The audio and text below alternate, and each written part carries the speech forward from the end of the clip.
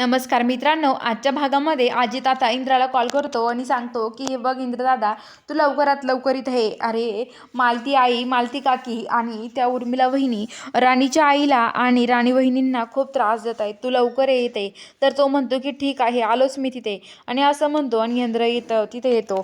तर इकडं आता लगेच जी मालती आहे ती इंद्र राणीला लोटते. तेवढ्यात इंद्र राणीचा हात पकडतो आणि राणीला पकडतो. तर आता लगेच जी मालती आहे ती म्हणते की इंद्र तू इथे, अरे तुला माहिती का ह्या मुलीमुळे तुला घराबाहेर निघावं लागलं आणि तू त्याच मुलीचा हात पकडतोय, तुला काहीच वाटत नाहीये का, असं म्हणते. तर आता लगेच इंद्र म्हणतो की ऐक गप बस, तुला माहित नाही काही या गोष्टी. अगं तू असं का वागतेस तिच्यासोबत, अगं ती खूप चांगली मुलगी आहे आणि तिच्याशी तू असं वागते, तुला काहीच कसं वाटत नाहीये ग, असं म्हणतात. तर आता लगेच ती म्हणते की हे बघ, मी तुला काय सांगते इंद्र, ऐकत जा तू.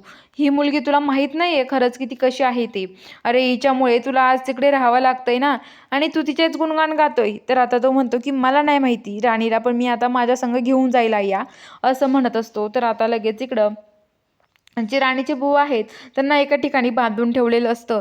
ते खूप ओरडत असतात. तर म्हणत असतात की काय रे, तू आपला माणूस राजू, तरी पण माझ्याशी असं वागतोय खरे, का माझ्याशी असं वागतोय, अरे मी काय केलंय तुझं वालं, तरी तू माझ्याशी असं वागू राहिला, अरे असं नको वागू माझ्याशी. अरे राजू, आपण एकाच वस्तीत राहणारी माणसं आणि आपण असं एकमेकाशी वागलं तर कसं व्हायचं रे, तू सांग ना, त्यामुळं तू असं नको वागू माझ्याशी, असं म्हणत असतो.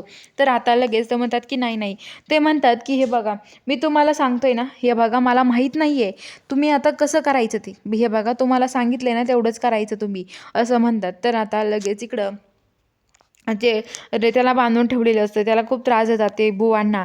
आणि इकडं आता लगेच जो इंद्र आहे तो राणीला घेऊन बाहेर निघतो घराच्या. आणि रात्री ते दोघे उभा असतात, ते बसलेले असतात. ते म्हणतात की आपण बुवांना कुठं शोधायचं, कुठं गेले असतील बुवा. तर आता लगेच राणी म्हणते की हो ना इंद्र सर, तुम्ही घरी जा ना, मी शोधेल माझ्या बुवांना. तर इंद्र म्हणतो की नाही, हे बघ राणी, मी तुला शब्द दिला आहे, मी बुवांना शोधूनच देईल, त्यामुळे मी तुला आता बुवांना शोधून सापडून दिल्याशिवाय मी आता शांत बसणार नाहीये, असं तो म्हणतो. तर राणी म्हणते ठीक आहे, आपण दोघे मिळून आता बुवांना शोधूयात, असं ती म्हणते.